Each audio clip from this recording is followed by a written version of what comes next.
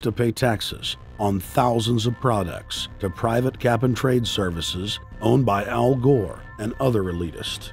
There will be taxes on light bulbs, water, trash pickup, air travel, train travel, bus, ship, medicine, steel production, mining, clothing, laundry, asphalt are just a few of the new taxes to be levied. But to truly transform our economy, to protect our security and save our planet from the ravages of climate change, we need to ultimately make clean, renewable energy the profitable kind of energy. So I ask this Congress to send me legislation that places a market-based cap on carbon pollution and drives the production of more renewable energy in America. That's what we need. The notion of anthropogenic global warming is a fraud. In other words, the idea that the planet is getting warmer and that human activity is somehow responsible is a pseudo-scientific fraud. It's a big lie. It's a monstrosity. Remember the Nazis, they had race science, race hygiene. They said Aryan blood is different from any other kind of blood. This was, of course, idiocy, a fantastic piece of nonsense. Today, we got something similar.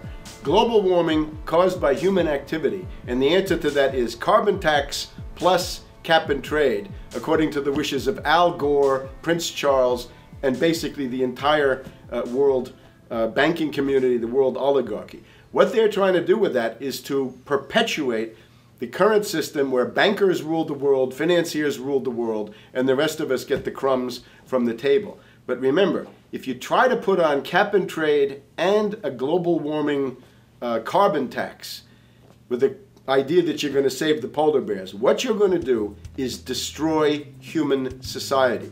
You're going to cause genocide on a massive scale. The deaths will be measured in the hundreds of millions and indeed in the billions. Just the idea of global warming means that there'll be no development for Africa, no development for the poorer parts of Southeast Asia, and no world economic recovery of any kind ever in our entire lifetime. So it's important to expose and fight the pseudo-scientific fraud of global warming. One more point about this. You don't need a climatologist to know that this stuff is a fraud. I'm a historian. I can tell you, in the last 1,000 years, we had a period of very warm temperatures called the medieval warm period, where all kinds of grapes and semi-tropical stuff was growing very far into the northern hemisphere. That was about 1100, 1200. It happened to correspond with an all-time maximum of sunspots. Right now, we can say that we're going into another maximum period where there'll be some warming, but we're well within the limits of the medieval warm period. About 1600 to 1650, there was an ice age in northern Europe. The North Sea was filled with ice. The German and Dutch ports and the English ports were filled with ice. That corresponds to an all-time minimum of sunspot activity, the Spörer minimum and the Maunder minimum. So this has largely got to do with solar activity. We can see that other planets, not just the Earth, are warming slightly as a result of increased solar activity. But we're well within the minimum. So what the oligarchs claim to be an open and shut scientific case is a piece of pseudo-scientific nonsense, and it should be rejected. Number 2, the social engineers are fully aware that the Obama craze will wear off quickly, so they are racing to put in place the most oppressive police state control grid in human history. 20,000 battle-hardened regular Army troops are now being deployed to patrol the streets of the United States. FEMA is now building giant camps in every region of the country, and the Congress has introduced bills like the National Emergency Centers Act, H.R. 645, which merges local governments and the police under federal control. And as we all know that have watched these things, they're ready for the riots. With these detention centers that are being opened up around the country, with state police training for riot control in the event of economic calamity and food riots, they know what's going on and they're prepared for it. So people better also prepare for it themselves. Anyone that's not prepared for what's going to happen, they deserve what they get, because there's enough information out there pointing to the problems, and they should take all precautionary actions. Next, Obama ordered the Defense Department to issue DoD Directive 1404.10, establishing a 1 million person civilian army under his control. Simultaneously, Obama launched USAService.org.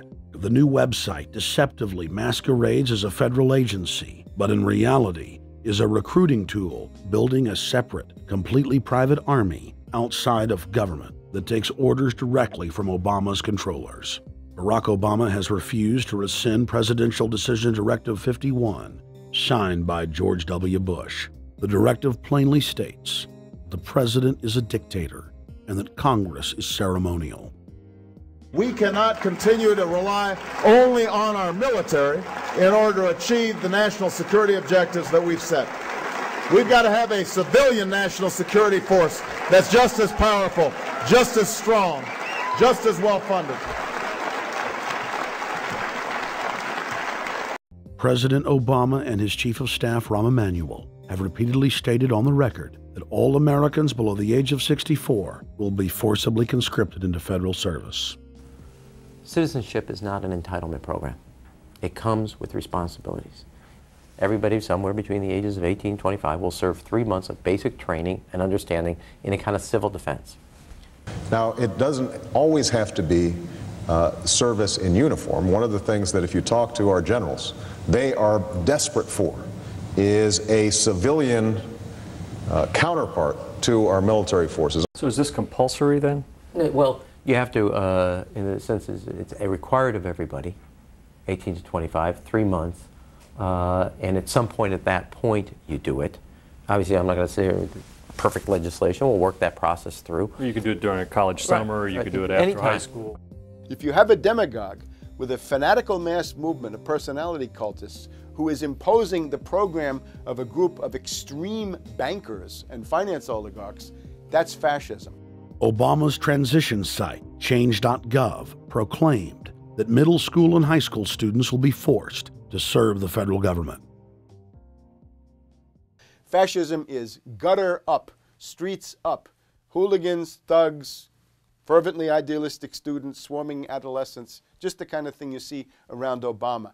The way you get a population to enslave itself when the police and the army are no longer enough to do that. So I think that's if you're a left liberal, it's time to open your eyes to that. All young Americans between the ages of 18 and 24 will be conscripted into a paramilitary domestic security force. If Obama has his way, adults and seniors will also be forced into other forms of service for the betterment of the homeland. Number 3, disarming the American people. Obama operatives in the Congress have introduced more than 10 bills that would end the Second Amendment as we know it. H.R. 1022 would allow the new Attorney General Eric Holder the dictatorial power to ban any gun he wishes at will. In 2008, before the Supreme Court, in the D.C. gun ban case, District of Columbia versus Heller, Holder argued for the complete disarmament of the American people and that only the military should own firearms. H.R. 257 would ban all youth shooting sports, including YMCA and Youth Olympic shooting clubs. H.R. 45 would force all gun owners to undergo federal psychological screening, registration, and testing to keep their firearms. White House Chief of Staff Rahm Emanuel has proposed the extrajudicial banning of any American on the fraudulent no-fly list from owning any firearm. That is, if you are on the no-fly list because you are known as maybe a possible terrorist, you cannot buy a handgun in America.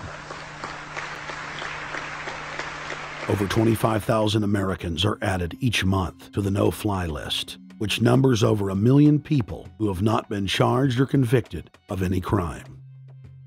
It's a case of